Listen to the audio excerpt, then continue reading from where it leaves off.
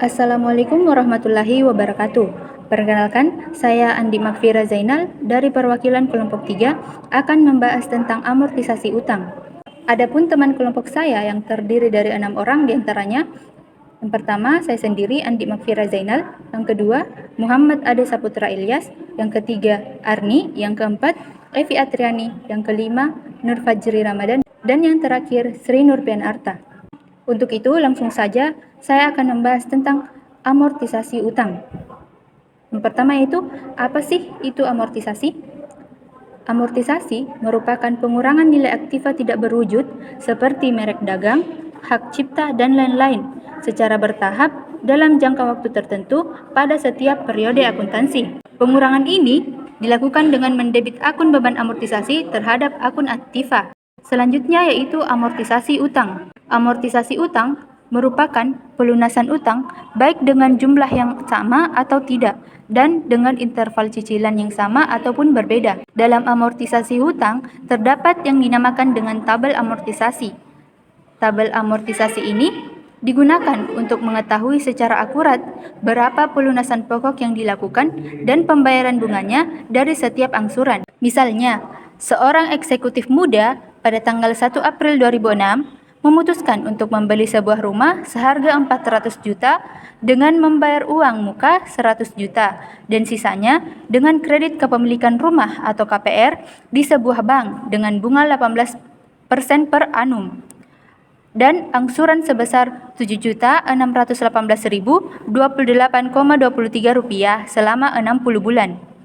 Jika pada tanggal 1 April 2009, eksekutif muda itu ingin melunasi kreditnya, berapa jumlah yang harus dibayar? Dari pertanyaan ini, kita akan menemukan dua cara untuk menjawabnya. Cara yang pertama, yaitu dengan menggunakan skedul amortisasi. Untuk mengetahui besaran amortisasi utang dan bunga untuk setiap periode pembayaran, kita perlu menyusun skedul amortisasi untuk 60 bulan masa kredit.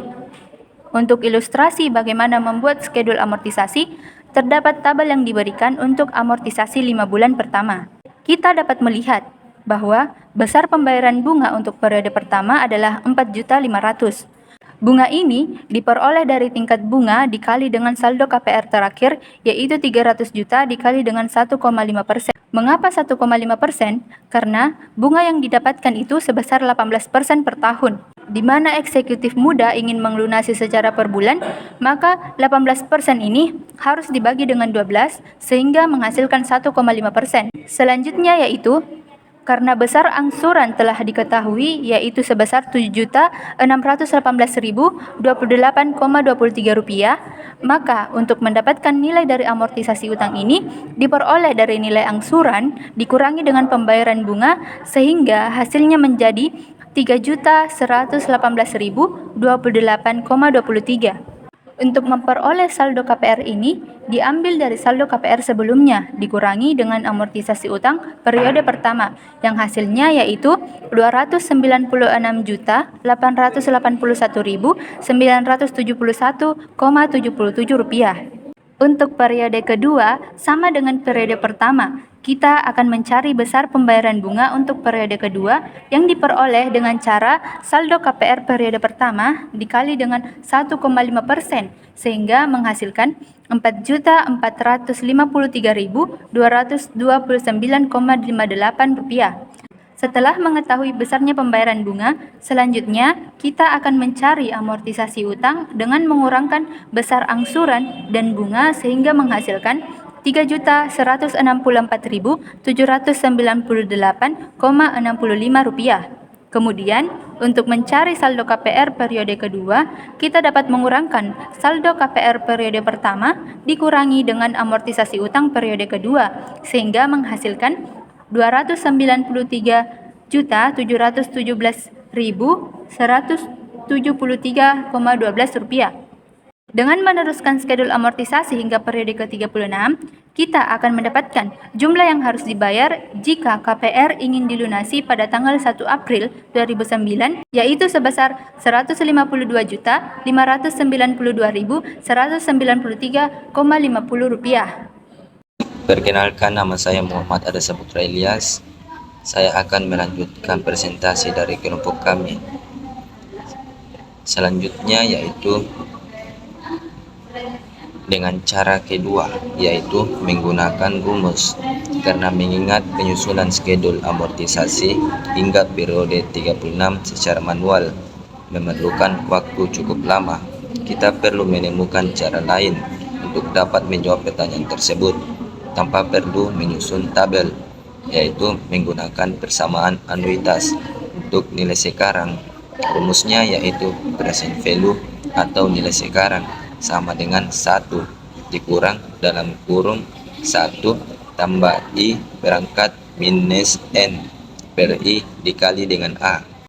Jika menghitung besar angsuran, kita akan melihat bahwa seseorang yang meminjam sebesar Rp152.592.193,50 dengan bunga 18% per angsuran dan harus membayarnya dengan 24 angsuran bulanan, maka besar angsuran itu adalah Rp7.618.028.23. Akan tetapi sekarang kita sudah diberikan sisa, maka angsuran tingkat efektif, periode, dan besar angsuran setiap periode. Kemudian diminta untuk mencari nilai sekarang atau saldo KPR. Dalam contoh tadi masih ada 24 angsuran sebesar Rp7.618.028,23 bulannya dengan tingkat bunga 15% per bulan. Maka present value atau nilai sekarang dapat dihitung, yaitu menggunakan persamaan anuitas untuk nilai sekarang, sehingga hasil yang kita dapatkan dengan menggunakan rumus tersebut sebesar Rp152.592.192,5. Saldo KPR per 1 April 2009 jadi eksekutif mudah tersebut harus membayar Rp152.592.193,5 untuk pelunasan kreditnya. Baik, selanjutnya perkenalkan, nama saya Arni akan melanjutkan pembahasan tadi. Di sini ada pun contoh yang akan kita bahas, di mana contohnya yaitu seorang tukang ojek Anto memutuskan untuk membeli sebuah motor dengan harga tunai 12 juta secara kredit. Anto mendatangi perusahaan pembiayaan yang mengenakan J12 21% dan menyatakan sanggup menyiapkan uang muka yang membuatnya cukup mengangsur selama 36 bulan masing-masing sebesar 400.000.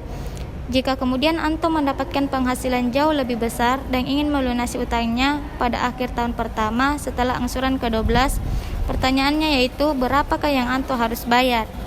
Jawabannya, di sini kita harus mengetahui dulu, pada akhir tahun pertama Anto sudah mengangsur 12 bulan dan masih mempunyai 24 angsuran bulanan, di mana hasil 24 angsuran bulanan itu dia mendapatkan dari uang muka yang membuatnya cukup mengangsur selama 36 dikurang setelah angsuran ke-12 hasilnya 24 angsuran bulanan, dan nilai sekarang dari 24 angsuran bulanan sebesar 400.000. Jika diketahui N sama dengan 24, A sama dengan 400.000, dan I 21%-nya dibagi 12 sama dengan 1,75%. Jika dibulatkan menjadi 0,0175.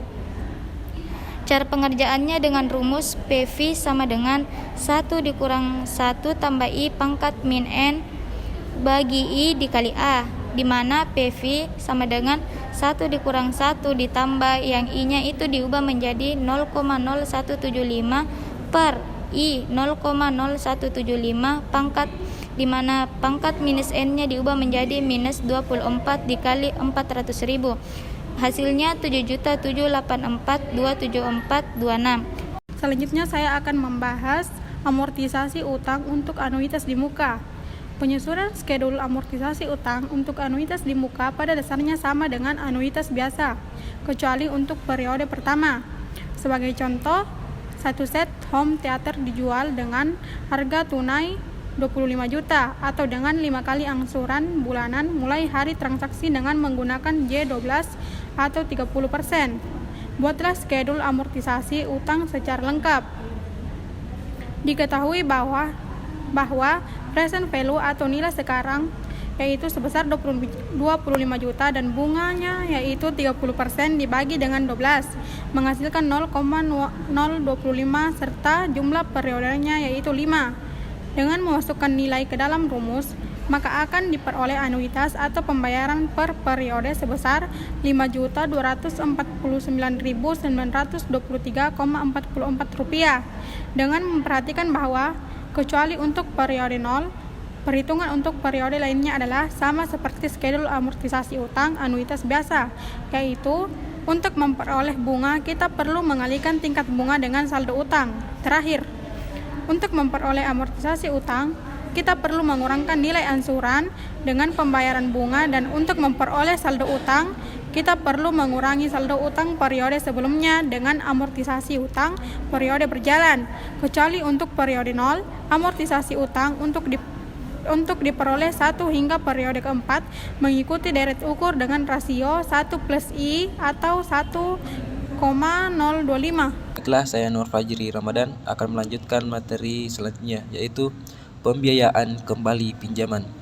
Nah, pada saat bunga pasar turun, seorang debitur dapat mempertimbangkan pinjaman baru dengan bunga lebih rendah untuk melunasi pinjaman lama yang berbunga lebih tinggi.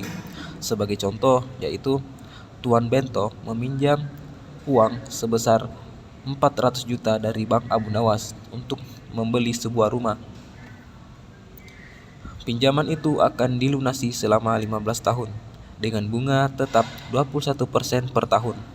Setelah melakukan pembayaran tepat 2 tahun, Tuan Bento melihat tingkat bunga pinjaman di pasar turun menjadi 15% per tahun, sehingga ia berminat untuk melunasi pinjaman baru berbunga 15% per tahun. Namun, Bank Abu Nawas hanya menyetujui pelunasan lebih cepat jika Tuan Bento bersedia membayar denda sebanyak 18 angsuran bulanan. Keputusan apa yang sebaiknya Tuan Bento ambil? Nah, di sini saya akan menjawab, yaitu pertama, kita akan menghitung besar pinjaman yang harus diperoleh Tuan Bento, yaitu saldo pinjaman setelah 24 kali angsuran ditambah 8 kali angsuran bulanan. Diketahui bahwa PV atau nilai sekarang yaitu sebesar 400 juta dan bunganya yaitu 20% dibagi dengan 12 menghasilkan 0,0175 serta jumlah periodenya yaitu 15 tahun dikali dengan 12 menghasilkan 180 bulan. Nah, dengan memasukkan nilai ke dalam rumus, maka akan diperoleh anuitas atau pembayaran per periode sebesar Rp7.322.449,08. Selanjutnya, kita mencari denda pelunasan. Jika ingin mempercepat pelunasan, yaitu 18 angsuran dikali dengan pembayaran per periode sebesar Rp7.322.449,08 sehingga menghasilkan Rp131.804.83,44. Kemudian kita perlu mencari saldo pinjaman setelah 24 kali angsuran. Nah, dengan cara menggunakan persamaan anuitas untuk nilai sekarang sehingga menghasilkan 390.484.200,1. Yang terakhir yaitu kita menghitung besar pinjaman yang harus diperoleh untuk pelunasan dengan menambahkan denda pelunasan dan saldo pinjaman sehingga menghasilkan 522.283,454 rupiah. Nah, selanjutnya dengan bunga 15% per tahun, kita menghitung angsuran bulanan selama 13 tahun jika pinjaman baru ini dilakukan. Nah, diketahui bahwa PV atau nilai sekarangnya yaitu sebesar Rp522.288.283,54 dan bunganya yaitu 15% dibagi dengan 12 menghasilkan 1,25%. atau 0,0125 serta jumlah periodenya yaitu 13 tahun dikali dengan 12 menghasilkan 156 bulan. Dengan memasukkan nilai ke dalam rumus, maka akan diperoleh anuitas atau pembayaran per periode sebesar Rp7.626.910,33. Lalu kita bandingkan angsuran bulanan dari pinjaman baru dengan angsuran bulanan pinjaman lama. Karena angsuran pinjaman lama lebih rendah, maka sebaiknya Tuan Bento tidak melakukan pinjaman baru. Baik, selanjutnya saya Serena Penalta. Di sini saya pemateri terakhir. Di sini saya akan menjelaskan mengenai challenge yang berkaitan dengan KPR. Di sini amortisasi utang itu berkaitan dengan KPR atau kredit rumah. Di sini kita bisa lihat yang diketahui itu jumlah pinjamannya 1 juta, suku bunga 6%, jangka waktu pinjaman 3 tahun. Dari bentuk soalnya ini kita bisa lihat bahwa amortisasi utang ini berkaitan dengan anuitas. Makanya ketika kita cari jawabannya yaitu PVA sama dengan A 1 ditambah I pangkat N dikurang 1 per I dikali 1 tambah I pangkat N. Kenapa kita menggunakan PVA? Karena seperti yang saya bilang tadi itu amortisasi utang ini tuh berkaitan dengan anuitas. Makanya PVA-nya itu 1 juta sama dengan A 1 ditambah 0,06 pangkat 3 dikurang 1 dibagi 0,06 dikali 1 ditambah 0,6 pangkat 3. 1 juta sama dengan A 1,191.016 dikurang 1 dibagi 0,06 dikali 1,191.016. 1 juta sama dengan A 0,191.016 dibagi 0,07 146. Karena angsuran yang dicari berarti di sini kita perpindahan 1 juta dikali 0,0716 dibagi 0,191.016 sama dengan A. Jadi nilai angsurannya itu 374.104,79 rupiah. Nah, untuk mencari tabel amortisasinya itu yang diketahui kita di sini ketahui dulu tahunnya ada 3 tahun. Pinjaman awalnya itu 1 juta, angsurannya yang kita sudah cari itu angsurannya 374.104,79 rupiah. Bunganya di sini diketahui bunga 6%. Nah, untuk mencari bunga berarti kita 6% dikali pinjaman awal yaitu 1 juta. 6% dikali 1 juta itu 60.000. Pokok pinjamannya, untuk mencari pokok pinjamannya kita kurangkan nilai angsuran dikurang bunga yaitu 374.104,79 rupiah dikurang 60.000, hasilnya itu 104,79 rupiah. Saldo utang yaitu pinjaman awal dikurang pokok pinjaman yaitu 1 juta dikurang 314,104,79. Begitupun seterusnya sampai hasilnya itu 0. Mungkin itu yang dapat saya sampaikan. Sekian dan terima kasih. Wassalamualaikum warahmatullahi wabarakatuh.